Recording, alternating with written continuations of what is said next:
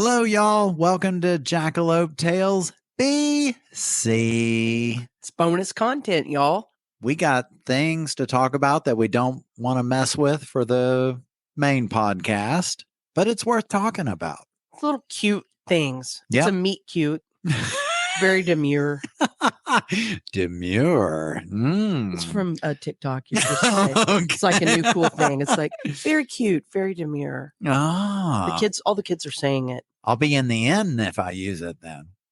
Yes. They're not saying skibbity anymore. Oh, and I just got used to it. Maybe I can say skibbity demure. Yes. Yeah, we'll start. We'll combine demure. old and new. Yeah. But got into the satchel for another episode, and it's going to be about this ticket stub from the Smithereens show at Tommy's in Deep Ellum. And you might be wondering, I would be too, what do the Smithereens have to do with the Toadies? Oh, a lot. A lot. I really was a big fan of the Smithereens. Same. Just a cool ass band. I remember seeing their video Blood and Roses on that one soundtrack. Yep. And it played on MTV, and I was like, I like these guys. And their whole album was really good. It really was. There were quite a few that just good rock songs. Yeah, they were simple rock songs. Mm-hmm. They were a 3-piece band. Yeah. That just freaking rocked it. Yeah. And they were 3-piece. They didn't have a second guitar player, no. did they? No, actually, they were a four-piece. Did they have another guitar player? Pat, the lead singer, Denisio or something, he played guitar. Yeah. And then the other guy, I don't remember his name, but he was the lead guitarist. Okay. So it was a 4-piece. Okay. But they were good. They had the rhythm section was super tight. Yeah. Just catchy as fuck. I think they were from New York. And Pat's deep voice was really nice, cut through everything that was on the radio then. Yeah. And really cool band. But the reason why we're talking about the stub is because Toadies decided to become a band the day after that show. Right. Because I remember we all went to that. It was just a fun show. I remember the Smithereens coming across as being just up there having fun. Yeah. I don't think Todd went to very many shows. No. You and I went to a lot of shows. Oh, and that was one that Todd went out with. Yeah, we were able to get his pants on and get him out of the apartment. And we hung out that night. I remember we were hungry, so we ordered pizza to the venue. Yep. You're right. Yeah. And that was damn good pizza when you're starving. You'll take anything. And so we sat in there, ate pizza while the opening band was on, whose name I cannot remember. No, I can't even remember either. But it was the next day at Sound Warehouse where Todd came up and said, "You want to start a band?" Yep. And it was like, well, and it happened for both of us because I was like, I've done music for your cover band, Todd's, but I don't know how to play guitar. And he's like, well, I'll teach you. And same thing with you, bass player, and you had money. Right. I mean, I had money to buy a bass and an amp. And yeah. And it was like, you want to play bass? And we had fun at that show. All got along really well. We got along at work. Yeah. Musically and just in general. Yeah. And I think he was like, man, this is pretty cool people to hang out with. I hope. Yeah. I think that's what happened. Yeah, I think it was because I think he appreciated our taste in music because I think I remember Todd was more into kind of heavy metal. Yes. When he first came to work there. Uriah Heep. Yeah. Yes. Molly Hatchet. But because you and I had worked at Sound Warehouse for a little bit before Todd even arrived. Right. And he was kind of the, you're an interesting kind of character. Right. But then he started blending in more. And yeah, so we decided to start the band after that show. And what a place to see shows. That Tommy's. Which is now the Factory. Yeah. Became what did it become after Tommy's? I don't know what it became afterwards. I can't remember. But it's been various venues and changed names. Yeah. About 1 million times, and they've reconfigured it Oh. a lot, and now it's the Factory. And see, that was such a cool venue because they had the open floor, bars on the side. So But they're step up bars. So, yes. So the floor is step up, and then you could sit on the side rails up above the fray at a bar table or at the rail and watch a band. So you don't have to be in the pit or because wasn't that where we saw the Pixies? It's where we saw the Pixies. It's where we saw Ministry. And when we talked with Kim Deal there at the sidebar, she came out to get cigarettes when they still had cigarette machines. Yes. Yep. Oh, God. But those, I mean, that was a fantastic venue. I remember so many shows from that location that were so cool to see. Jane's Addiction was there. Yeah. I mean, that was my favorite shows were there. And that was the one where Ministry played and set up the whole gate that all the hardcore skinheads were climbing and jumping off the top of. Yeah, chain link fence in front of them, like Escape from New York. Yes. And did they have torches? I think I almost wanted to say that they had fire there too, but I'm sure they freaking did. They probably got away with it.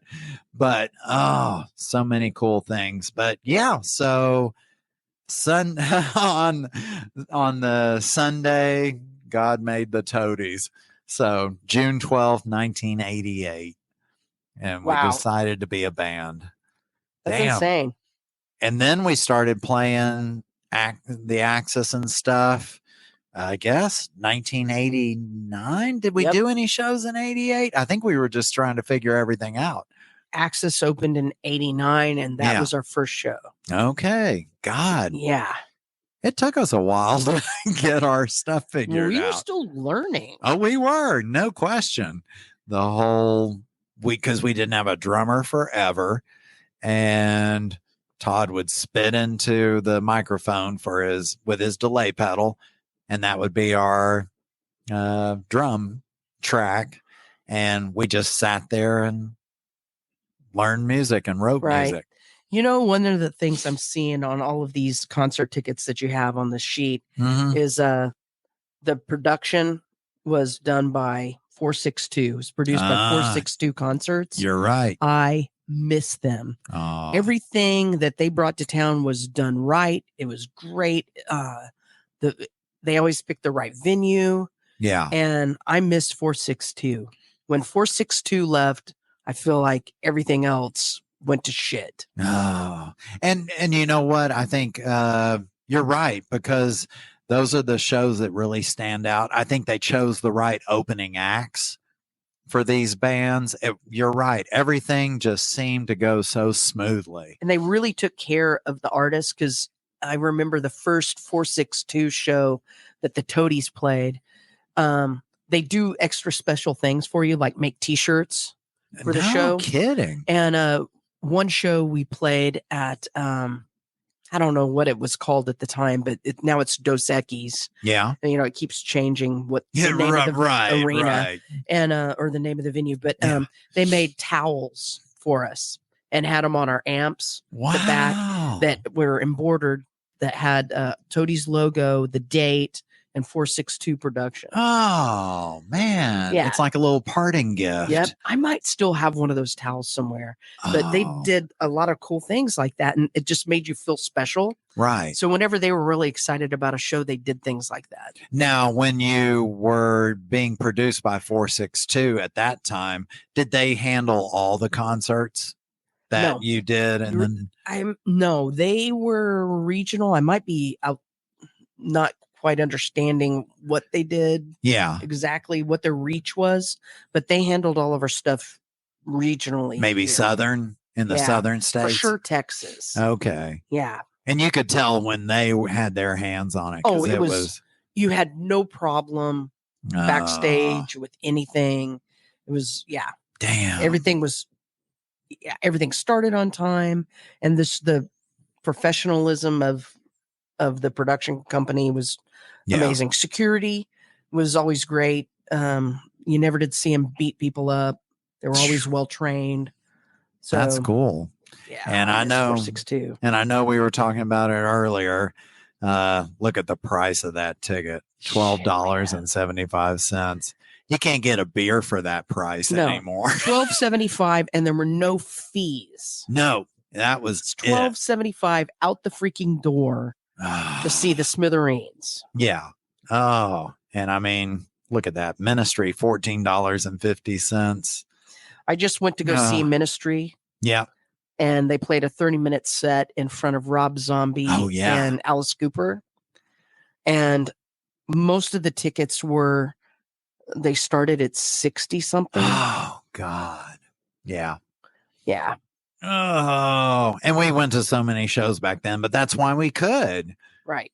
Because there's so many people are going, why are people coming out to shows? Why are they coming out to shows? Well, because it's $60 fucking and they add stuff on top of it. Right. Almost the same amount of the ticket price. I don't know if we've talked about this a million times, but if it was just the price of the ticket, that would be one thing. Yeah. But all the added stupid charges and stuff. Yeah. Let's take those people down. And you know what I noticed too, which seems to be the thing now. If you notice when the doors open, like for the Smithereens, 8 p.m., for Ministry at Clearview, 9 p.m., Camper Von Beethoven, 9 p.m.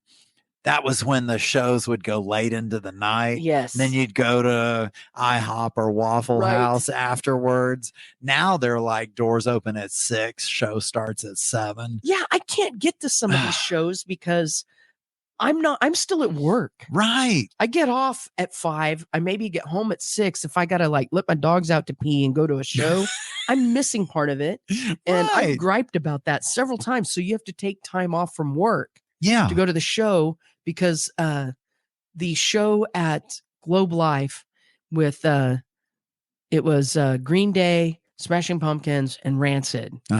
Started at 5. Oh, 5. God. You got to take a day off work to make that happen. Who fucking can do that? God. Nope. I'm sorry. Yeah. So I had tickets and I didn't go. I gave my tickets away because I was going to miss most of the show. Oh, yeah. It was just stupid. No. So, dumbest thing ever. But and there's been a couple where I've missed the opening bands because they went on early and I got there at 7 and I missed the opening band. Why?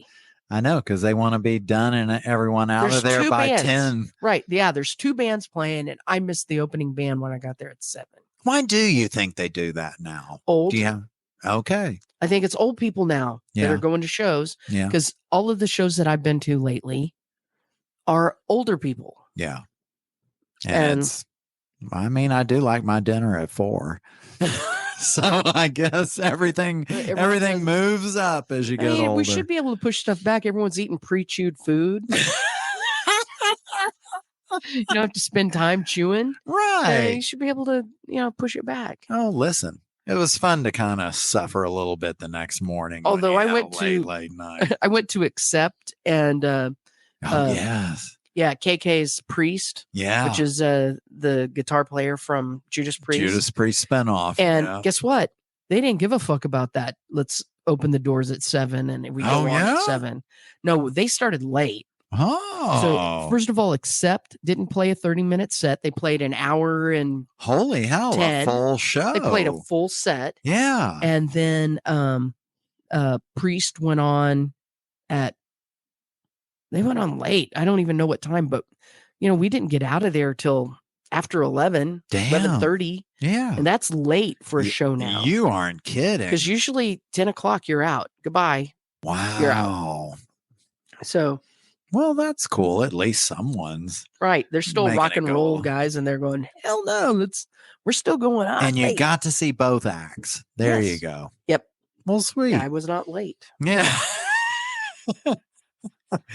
Oh, so man, that's the start of the Toadie band. Crazy. Smithereens. 1988. Holy hell. That's before the Declaration of Independence. Yeah. What else happened? Paul Revere happened that year. He rode down Deep Ellum. Right. I believe that someone dropped the Liberty Bell and cracked it that year. God dang, so many things. I know. It all happened in 88. When did Moses part the Red Sea? Oh, that was 86. Okay, so that was a little bit before. And that was the year I graduated high school. And then, yeah. I mean, shit, we had our first single out when Moses floated down the river in a basket. Oh God, I know that basket floating. Now the river's dried up. Oh shit, literally. Well, but fun to talk about bonus content. Yeah, I still love the Smithereens. Oh, I do too. I'll still go back and listen to their stuff. Yeah, same. Damn cool band. Rip Pat. Exactly. Yeah, he was cool. But we got to see him and we can brag about it. Yep. But yeah, thanks for tuning in to bonus content. And join us on Wednesdays. We have new episodes of Jackalope Tales, and we're very proud of them. Yeah. Like we show it around like a baby. We wrap it in blankets and like, have you seen my baby? And it's really a jackalope tale. And they're averaging almost 50 minutes to an hour. So we put a lot of work in. We've been chatting a little more. I know. Let us know if you like us chatting. More or less. I know. I mean, we could try and edit those down. Oh, God. It would suck. Yeah. Because we ramble like old people. Like we're doing now. Yeah. But yeah, thanks so much. We really appreciate everybody. And we'll see you next time as we talk about more Toadies crap. Yep. Full episode coming up Wednesday. And then the bonus content podcast Thursday. And then the next Monday, more bonus. Boner content. Enjoy boner content. Thanks, y'all. Bye. Okay, computer.